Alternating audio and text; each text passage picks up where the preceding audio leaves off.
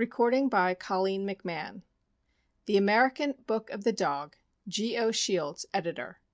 Section 27, The Yorkshire Terrier, by P. H. Coombs. This little knight of the carpet is eminently an English production or manufacture, if we may use the term, and occupies a most prominent position in the canine world, being considered by many the handsomest of all long-haired terriers, and has been appropriately termed by one writer the little Yorkshire swell. Standing out in bold relief from most other toy varieties by his picturesque arrangement of coat, his color, his diminutive size, and his stylish form, and being preeminently the lady's pet, he has a reasonable claim to the distinction of being the most fashionable toy breed of the day in this country, as well as in England, where he originated. We are fortunate in being able to quote from various writers relating to the origin of the breed, and before committing ourselves to any opinion concerning this important subject, it is desirable to read what such writers have learned from their experience and investigation. Mr. Vero Shaw, in his Illustrated Book of the Dog, says on this point, "The origin of the breed is most obscure, for its originators, Yorkshire-like, were discreet enough to hold their own counsel, and kept their secrets to themselves. Whether this reticence on their part has had the effect of stifling the inquiries of curious persons, or whether the merits of the breed have hitherto been sufficiently unappreciated by the public, we cannot pretend to say, but we are aware of no correspondence or particular interest having been taken on the subject of the Yorkshire Terrier's origin." In certain works on the dog, however, deductions have been drawn, which no doubt are more or less worthy of respect. The Black and Tan Terrier, the Skye, and the Maltese are all credited with the paternity of the Yorkshire Terrier. That the breed in question resembles the Skye in certain details is evident, but in many important points the two varieties vary widely.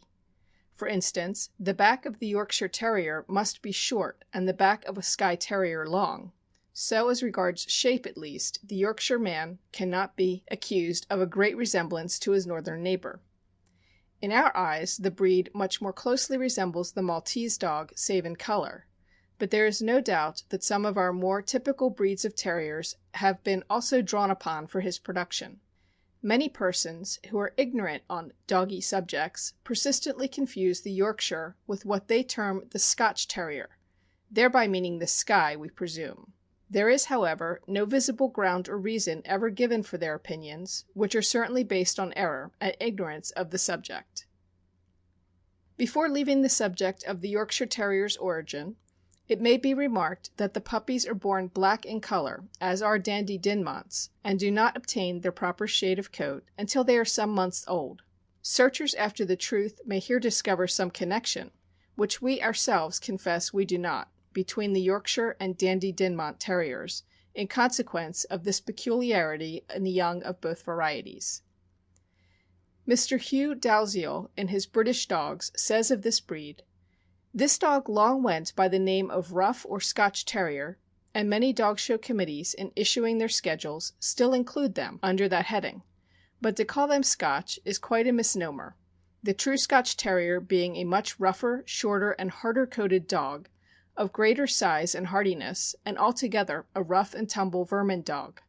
That the Yorkshire Terrier should have been called Scotch by those who, although they may have the credit of producing this dog, probably did not know of the existence of the real Scotch Terrier as a breed, suggests that at least a Terrier of Scotland has had something to do with his manufacture. Now among Terriers recognized as Scotch, if not now peculiar to the country, we have the old hard, short-coated Scotch Terrier par excellence, the short-legged and mixed-coated Dandy, the Skyes with long weasel-like bodies and long hard coat, and the perky little prick-eared, hard and short-coated Aberdonian, and in addition the Glasgow or Paisley Skye, a more toyish dog, shorter in back and comparatively soft and silky in coat, which it probably inherits from a Maltese Terrier cross. My theory, then, respecting the origin of the Yorkshire Terriers, and I admit it is only a theory, for the most diligent and repeated inquiries on my part in all likely or promising quarters have failed in elucidating reliable facts, and none certainly contradictory to my views, is that the dog is what gardeners call a sport, from some lucky combination of one of the Scotch Terriers, either the genuine Skye or Paisley Toy, and one of the old soft and longish coated black and tan English Terriers, at one time common enough, and probably a dash of Maltese blood in it. Mr. G. H. Wilkinson says, in his article published in the English Stock Keeper in 1887, and we shall quote from this quite extensively throughout this chapter, for the reason that it contains some valuable information relating to the breed that has not, we believe, appeared in book form concerning the history as learned by him. In commencing an article on the Yorkshire Terrier, it is necessary to trace back its origin as far as possible. With this object in view, I have been at some trouble in looking up several old fanciers, one of whom, John Richardson of Halifax, is now in his 67th year, and very interesting it was to hear this aged man go back to the good old days of over half a century ago. I regret, however, that although we can find men who have been in the fancy so long, the origin of the Yorkshire Terrier is somewhat obscure. 50 years ago there was in Halifax and the immediate neighborhood a type of dog called at that time, and even within these last 20 years, a waterside terrier, a little game dog, varying in weight from 6 to 20 pounds, mostly about 10 pounds weight, a dog resembling very much the present Welsh and Airedale Terrier on a small scale. At this period these dogs were bred for the purpose of hunting and killing rats. They would go into the river and work with a ferret, and were just in their element when put into a rat pit. An almost daily occurrence at that time was to back them to kill a given number of rats in a given time. It seems almost a pity that such a breed should have become extinct. Mr. Richardson himself owned a little bitch called Polly, who weighed 6 pounds, and she was frequently put into a rat pit with a dozen rats, the whole of which she would speedily kill against time. She would also swim the river and hunt with the ferret. This little bitch, I am told, had 4 or 5 inches of coat on each side of her body, with a white or silver head. At that time, however, the average specimen was a shorter coated dog with grizzle gray, hardish coat. It, however, seems to me, and is also the opinion of many old fanciers whom I have consulted, that they were the ancestors for the present breed. There is no doubt also that the blood of the Skye Terrier was introduced at some remote period, which may account for the longer coat and long body that existed some 10 or 15 years later. No care or definite object, however, seems to have been aimed at in breeding at this time beyond getting a dog thoroughly game. It seems that it was more by good luck than management that about 20 or 30 years ago a longer and softer coated dog became known. It must also be borne in mind that at this time their coats were not cultivated as they were later on. Dog shows were almost unknown in those days, and even later were scarce.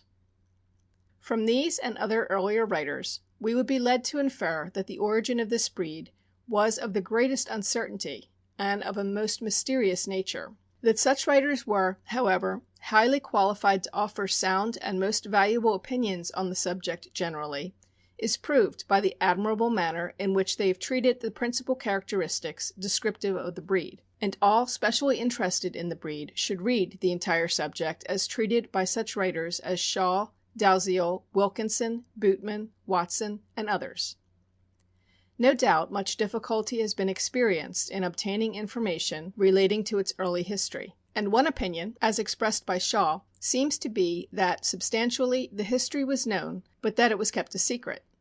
It would be manifestly unjust to deprive the Yorkshire Terrier of the title to a pedigree running back to the progenitors of the breed, and the continued correspondence on and investigation into the subject by those most deeply interested, together with their better acquaintance with old breeders and fanciers, a condition undoubtedly brought about through the agency of the improved quality and increased number of dog shows, and the intense desire on the part of such people to arrive at an accurate, intelligent explanation of the origin of such a popular breed, relieves us from adding any further testimony relating to the mystery of the origin of this breed. In an interesting article on this breed, published in the Century Magazine in 1886, and written by Mr. James Watson of Philadelphia, is given about the first public information tending to positively identify its origin, to a certain extent at least. The writer says, "Some of our authorities have attempted to throw a great deal of mystery about the origin of the Yorkshire Terrier where none really exists. If we consider that the mill operatives who originated the breed by careful selection of the best long-coated small terriers they could find were nearly all ignorant men, unaccustomed to imparting information for public use, we may see some reason why reliable facts have not been easily attained. Those early writers show but little knowledge of the possibilities of selection. Stonehenge, for instance, in his early editions, speaks of it being impossible for a dog with a 3-inch coat and 7-inch beard to be a descendant of the soft-coated Scotch Terrier without a cross of some kind. The absurdity of this is seen when we remember that within a few years of the date of his history, Yorkshire Terriers were shown with 12 inches of coat.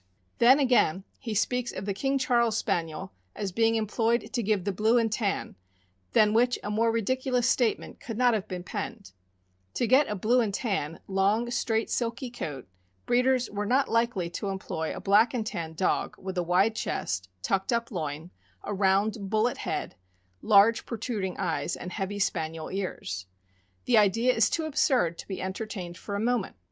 As a raid against all the conjectures of theorists, I have in my possession a letter from Mrs. M. A. Foster, of Bradford, England, who, in writing of the dog Bradford Hero, the winner of 97 first prizes, says, "The pedigree of Bradford Hero includes all the best dogs for 35 years back, and they were all originally bred from Scotch Terriers and shown as such until a few years back. The name of Yorkshire Terrier was given to them on account of their being improved so much in Yorkshire." Following this, and about a year later, Mr. Ed Bootman, of Halifax, England, furnished an article on the origin of the breed for publication in the English Stock Keeper, which that journal, feeling the importance of all facts relating to the origin of the breed, published as follows: Swift's Old Crab, a crossbred Scotch Terrier, Kershaw's Kitty, a Skye, and an old English Terrier bitch kept by J. Whittam, then residing in Hatter's Fold, Halifax, were the progenitors of the present race of Yorkshire Terriers. These dogs were in the zenith of their fame 40 years ago. The owner of Old Crab was a native of Halifax and a joiner by trade. He worked at Oldham for some time as a journeyman, and then removed to Manchester, where he kept a public house. Whether he got Crab at Oldham or Manchester I have not been able to ascertain. He had him when in Manchester, and from there sent him several times to Halifax on a visit to Kitty. The last visit would be about 1850.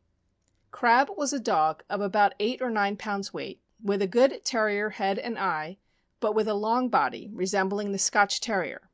The legs and muzzle only were tanned, and the hair on the body would be about 3 or 4 inches in length. He has stood for years in a case in a room of the Westgate Hotel, a public house which his owner kept when he returned to his native town, where I believe the dog may be seen today. Kitty was a bitch different in type from Crab.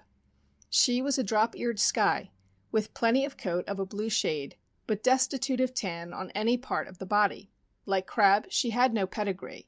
She was originally stolen from Manchester, and sent to a man named Jackson, a saddler in Huddersfield, who, when it became known that a £5 reward was offered in Manchester for her recovery, sent her to a person named Harrison, then a waiter at the White Swan Hotel, Halifax, to escape detection, and from Harrison she passed into the hands of Mr. J. Kershaw, of Bishop Blaise, a public house which once stood on the Old North Bridge, Halifax.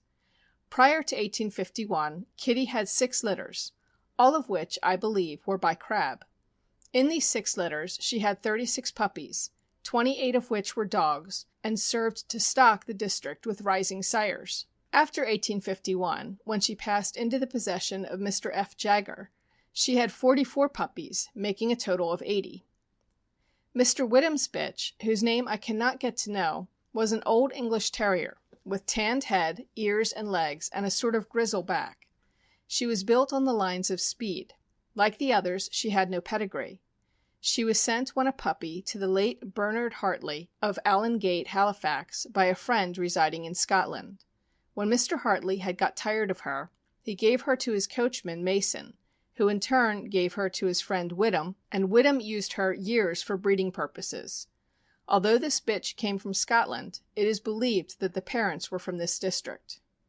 The last named writer has so fully identified the 3 dogs first employed to manufacture the breed, together with their names, ownership, characteristics, and other facts concerning them, that there can be no doubt as to the authenticity of the history of the origin of the breed.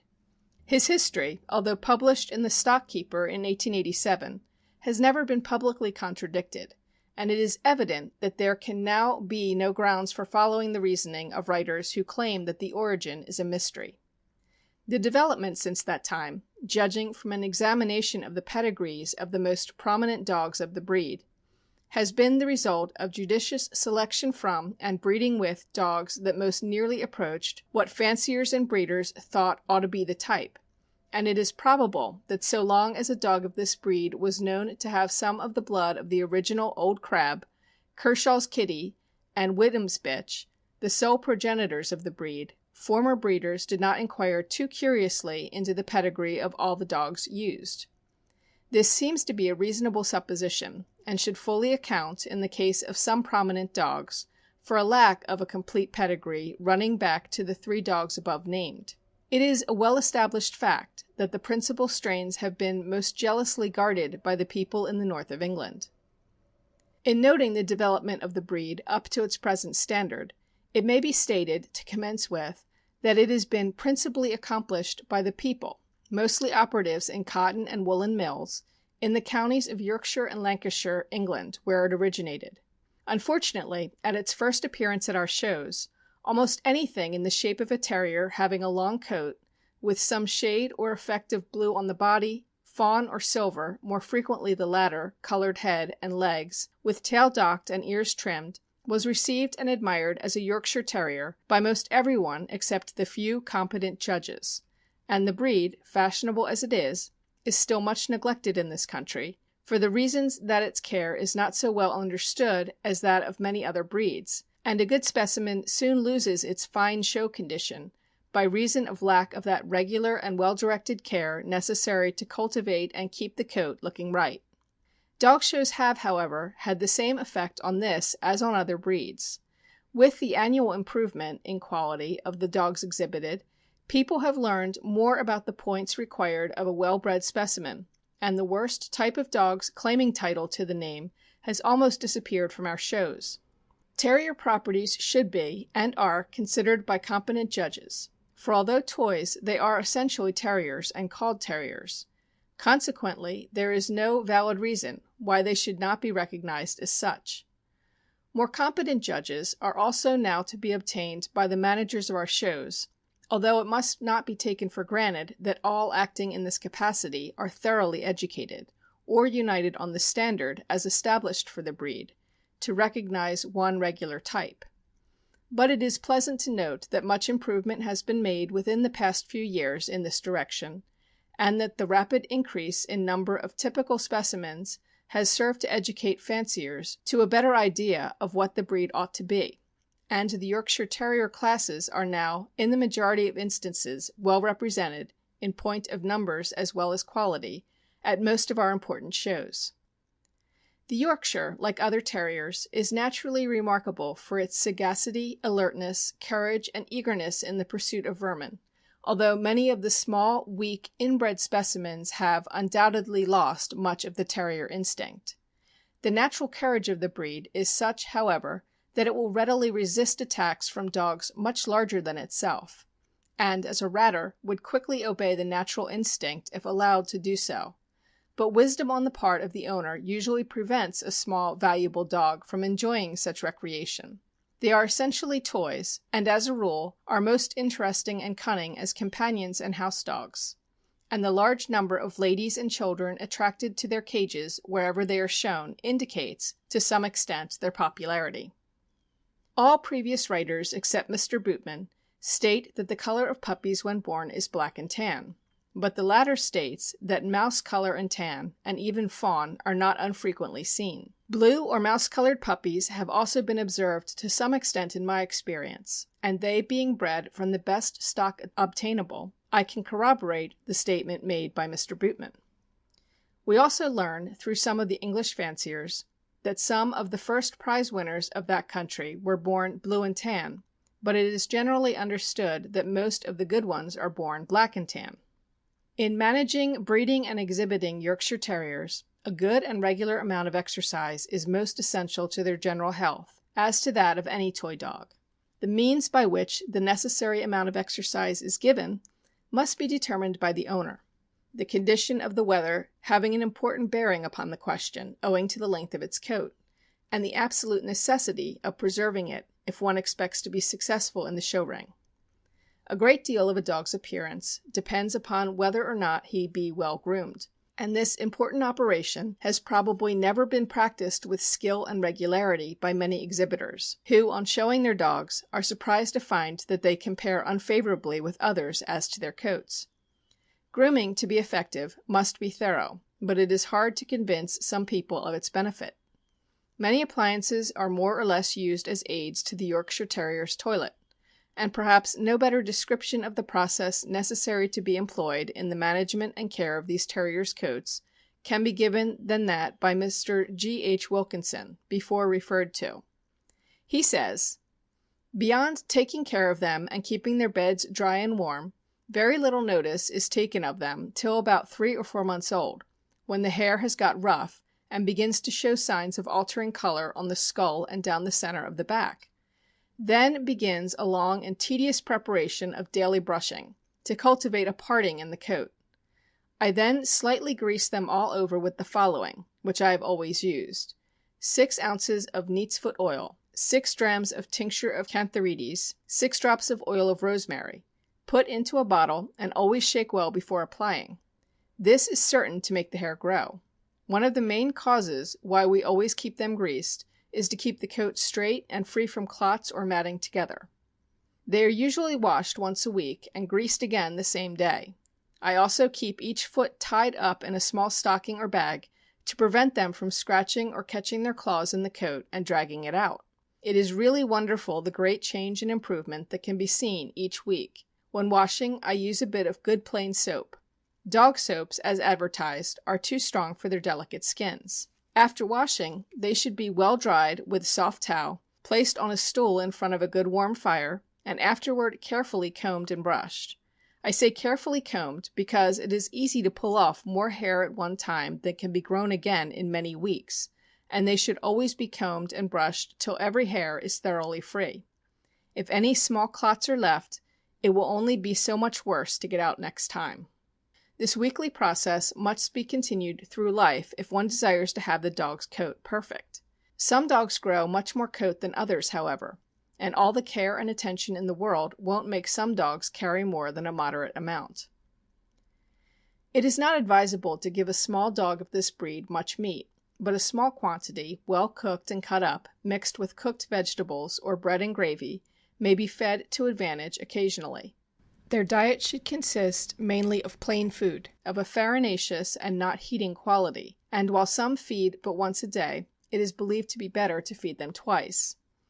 Care should always be taken not to overfeed. The long hair on the head should be carefully tied back on top of the head, especially while feeding, for if allowed to become dirty, it will rot and break at the ends until it is eventually spoiled. For their treatment in sickness and disease, the general subject by Ashmont, contained in another part of this work, should be carefully studied. They require very little medicine, however, and proper care and nursing will frequently do more good, in case of sickness, than any other treatment. If a laxative is needed, there is nothing safer than a teaspoonful of castor oil. It is likely that some suffering is endured by puppies in shedding their milk or deciduous teeth, and in the Yorkshire Terrier, like most other toy breeds, this begins about the 5th month, and is several months before the permanent set is established. The complete possession of the permanent set should occur before they are 9 months old, but this is only the rule. It is considered necessary by some to extract the milk teeth with instruments as soon as they show signs of loosening, but usually it is best to let nature perform its work in this respect, and lamb or other soft bones may be given at this time. A tooth may be extracted with the finger and thumb if loose enough, but as they are very sensitive about an operation of this kind, it is better not to apply the instrument except in a case where a tooth has remained so long as to become refixed, and affects the regular and even growth of permanent teeth. After the permanent set has been established, it is necessary that they be kept clean and white by the same method employed in cleansing human teeth, and the mouth should always be carefully looked after. Also avoid giving whole bones if it is desired to keep the permanent set. Ground or broken bone will do as well, and save the annoyance of a missing tooth, which some people, lacking in experience, may regard as a blemish. Teeth extracted to destroy the evidence of an uneven, defective mouth should not deceive an experienced judge, but the loss of a tooth or two from accidental causes, or even age, should not be considered as a fault or blemish when quality otherwise really exists. The remedies used for preventing and exterminating vermin are numerous, and a Yorkshire must be kept absolutely free from such torments, or its coat will soon be ruined. Some of the disinfectants in common use are very effective and convenient for use in exterminating vermin, and should be used for keeping the surroundings clean, as well as on the dog. The practice of docking the tail and cropping the ears of Yorkshire Terriers is almost universal, and while the former operation is accompanied with very little pain, being usually performed at from 4 to 6 weeks after birth, there are good grounds for questioning the practice of cropping the ears, an operation which cannot be performed without pain, for even if anesthetics are employed and proper astringents applied to the wound as soon as possible, there must necessarily be considerable suffering during the process of healing, and while it is generally admitted that an uncropped specimen would stand a small chance of winning under most judges, yet it is sincerely hoped that the sentiment against the practice will prevail, and that the fashion of cropped dogs will be ultimately abolished. In preparing and keeping a Yorkshire Terrier in condition for exhibiting, considerable skill is necessary that it may be properly presented in the show ring. No breed of dogs owes more to condition for show purposes than the Yorkshire, and a dog of this variety exhibited in bad order, or unskillfully brushed, when presented to the judge, has a good chance of being beaten by an inferior dog in good hands. Where they are kept exclusively for the house, of course less care is required, but the coat should be kept free and well brushed at all times. It is quite an undertaking to breed a Yorkshire combining the proper color, texture of coat, and correct Terrier type, and no amount of care or attention on the part of the owner can turn a badly bred, ill-formed specimen into a good one. Owing to the fact that the female, like that of other animals, is quite as important an element in breeding as the male, it is necessary to be as careful in selecting the dam as the sire. A faulty specimen of either sex should be avoided for breeding purposes. The theory some people hold, that the breeding of a bitch possessing certain faults to a dog that is less faulty where the bitch fails, but possesses opposite ones, is likely to result in the production of a litter of world beaters, is simply but quite forcibly answered by the remark of one of our oldest breeders and judges, who, in discussing the point at one of our shows, said, "I never yet discovered that 2 wrongs would make 1 right." In breeding these dogs, experienced advice should be sought, for injudicious mating is likely to cause the ultimate destruction of type, and it is impossible for the breeder to bestow too much attention in this direction. A good-looking, well-bred dog is more likely to produce stock resembling itself than a good-looking one of unknown or even limited pedigree, and by patient care and attention, intelligent breeders have succeeded in eliminating faults and developing desired qualities in all breeds. The result of the most approved mating will not always prove satisfactory to the breeder, for, as Mr. Wilkinson says, no matter how well bred, there will always be good, bad, and indifferent, and more by far of the last. But there is no doubt that the only foundation for success and for obtaining good ones, whether it be few or many, lies in the most careful attention to mating.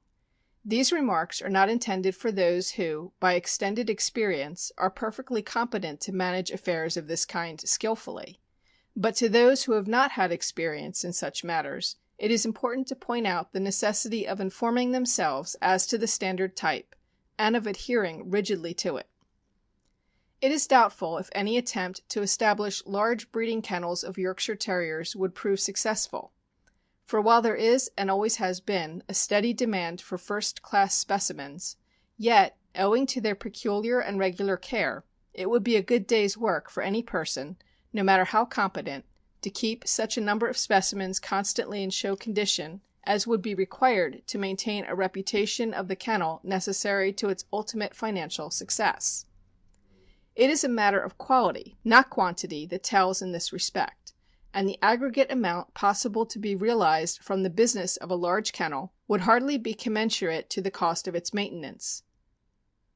The dealer may, and in some cases probably does, conduct a profitable business derived from the efforts of small breeders, and there is no doubt that those who engage in breeding to a reasonable extent, combining business with pleasure, will be rewarded with success in proportion to their efforts.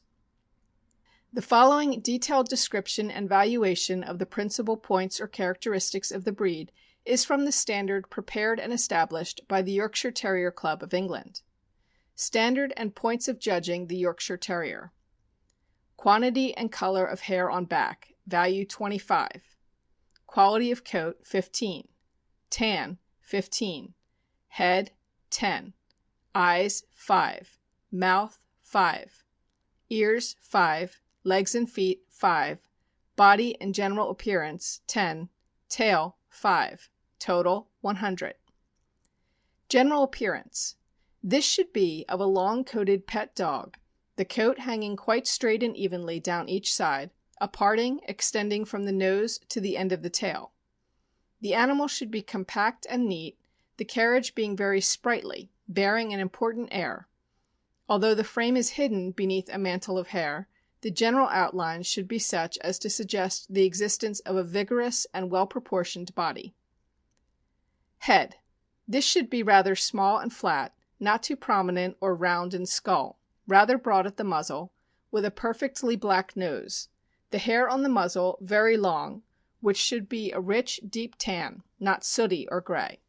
Under the chin, long hair about the same color as the center of the head, which should be a bright golden tan, and not on any account intermingled with dark or sooty hairs. Hair on the sides of the head should be very long, and a few shades deeper than the center of the head, especially about the ear roots. The eyes should be of medium size, dark in color, having a sharp, intelligent expression, and placed so as to look directly forward, but should not be prominent. The edges of the eyelids should also be of a darker color. Ears, cut or uncut. If cut, quite erect; uncut, small, V-shaped, and carried semi-erect, covered with short hair. Color to be a deep, dark tan. The mouth should be good and even. Teeth as sound as possible. A dog having lost a tooth or two through accident, not the least objectionable, providing the jaws are even. The body should be very compact, with a good loin, and level on the top of the back. Coat. The hair as long and straight as possible, not wavy, which should be flossy, not woolly. It should extend from the back of the head to the root of tail. Color a bright steel blue, and on no account intermingled with fawn, light, or dark hairs. Legs quite straight, of a bright golden tan color, and well covered with hair, a few shades lighter at the ends than at the roots. Feet as round as possible, toenails black. Weight divided into two classes, viz., under 5 pounds and over 5 pounds, but not to exceed 12 pounds. Referring to this standard, Mr. Wilkinson says, "Personally, I confess a weakness for color over quantity of coat, as I contend it is quite possible to produce a vast quantity of coat on a specimen otherwise indifferent. From boyhood I remember my father, now deceased, being a great breeder and fancier of Yorkshire Terriers, and he could not tolerate a dog without the rich golden tan, and I certainly inherit his weakness, and think the points most difficult to obtain should be thought most highly of when they are produced. I am rather afraid that of late years too much thought has been given to length of coat in preference to good color and moderate coat combined. A lot of hair with dog attached does not constitute a perfect Yorkshire Terrier." Mr. Bootman also says with relation to this point, "Richness of tan on head and legs should, to my mind, be more cultivated than at present. This property was highly prized by the old breeders. The craze for length of coat has in a great measure been the means of reducing the quality of tan." In connection with the subject of standard, should be mentioned some of the most common faults noticed in specimens of the breed exhibited at our shows. The most important of these are: too round skull, apple head; pointed muzzle; silver-colored body instead of blue, fawn-colored head and legs instead of tan, mixed-coated body made of 2 or more colors, curly or wavy coat, lack of animation and expression, natural drop instead of semi-erect ears, roached back, light or Dudley nose, uneven mouth, long hair on ears, hind legs heavily coated below hocks, 2 prominent eyes, and crocked front legs. All these and some other faults should be guarded against in breeding or selecting Yorkshire Terriers, but to find a specimen technically up to the established standard is a practical impossibility. As most of the future prize and other good dogs of this breed in America may reasonably be expected to spring, at least in part, from the best known winners which have been exhibited at our shows, a brief summary of the principal first prize winners of late years is here given, as far as we are familiar with them, and most of which are well known to the fancy. They are as follows: Champion Bradford Harry, Bradford Lil, Bradford Leah, and Lancashire Ben; Campbell's Prince, Dolly, Spink, Sir Colin, and Dandy; Northfield's Kennels Harry, Fishpool Jem, Toons Royal, Daisy, Little Sister, Jenny, and Floss; Sen's Teddy and Jessie; Cassidy's Ben, Prince, and Jersey Lily; Clancy's Bill and Ben; Carlton's Armand and Bravo; Sylvie's Whiskers and Leo; Borrowscale's Dandy; Daly's Daisy; Sullivan's Lucy; Englehart's Patty; Dull's Una; Healy's Ebor; Rose Patty; Kramer's Midge; Cabot's Lancashire Star; Harrison's Mossy; Meadowthorpe Fairy; Jessie, Damificare, Actor, and Spider.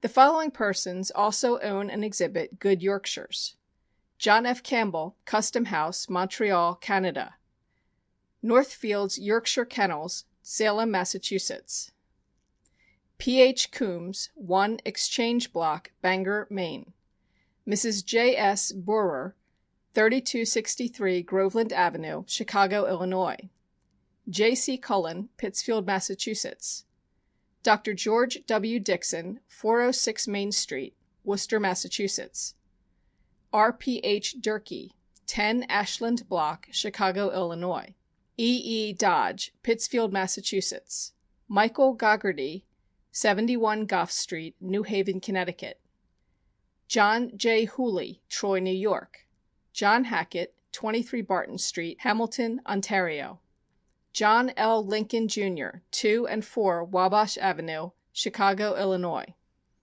R. S. F. Montgomery, 217 South 14th Street, Omaha, Nebraska; W. R. Mack, Rochester, New York; W. D. Reed, Elmira, New York; E. J. Lilly, 53 to 59 Water Street, Cleveland, Ohio; Mrs. E. A. Lincoln, 14 Parker Street, New Bedford, Massachusetts; J. H. Stotts, 3 and 4 Hodge Opera House, Lockport, New York; R. J. McLaughlin, 1762 Euclid Avenue, Cleveland, Ohio; F. G. Anthony, New Haven, Connecticut; E. G. Carlton, 38 Court Square, Boston, Massachusetts; Henry Smith, Buffalo, New York; John McKee, 323 Marcy Avenue, Brooklyn, New York; Mrs. L. D. Cutler, 262 West 34th Street, New York City; George Bell, Walker House, Toronto, Canada; Fred Sen, 278 West 11th Street, New York City; Peter Cassidy, 135 Varick Street, New York City; Bernard Cummings, 340 West 25th Street, New York City; Mrs. W. D. Stewart, Malden, Massachusetts; George McDonnelly, 77th Street, South Boston, Massachusetts; W. A. Pinkerton, 191 Fifth Avenue, Chicago, Illinois; Meadowthorpe Kennels, Lexington, Kentucky; J. Maddox, 4 West 66th Street, New York City; William A. Bragg, 21 Park Street, Bangor, Maine; and Mrs. A. H. Minier, Saranac Lake, New York. The dogs selected by the editor for illustration in connection with this chapter are certainly among the best ever seen in this country, and are distinguished as first prize winners at some of the principal shows in the north of England, where the breed originated, and where the best specimens in the world meet in competition. They are of especial interest in connection with this work as being prominent prize winners at American shows. Bradford Harry is at present, 1890, the only champion of record of his breed in America. He was first exhibited here in 1888 and has appeared in Boston, New York, Troy, Lynn, Buffalo, and New Bedford, where he won 9 first prizes in succession. And in addition, he has made the remarkable record of which few dogs of any breed can boast, viz. That of winning every special prize for which a Yorkshire Terrier was eligible to compete at the shows where he has appeared. In one show alone he won the specials for Best Yorkshire Terrier, Best Rough-Coated Terrier, any breed, and Smallest Dog in the show. His pedigree is as follows: Sire, Crawshaw's Bruce, Dam, Beale's Lady; Bruce by Hodson's Sandy, Patterson's Minnie; Sandy by Bateman's Sandy, Venus; Bateman's Sandy by Spring; Venus by Music; Spring by Huddersfield Ben; Beale's Lady by Tyler Lady; Tyler by Huddersfield Ben, Bolton's Kitty; Kitty by Bolton's Wonder. The Yorkshire Terrier Mozart, bred and owned by Mr. James Alderson of Leeds, England, won for the breed the name Yorkshire Terrier in 1874 or 1875.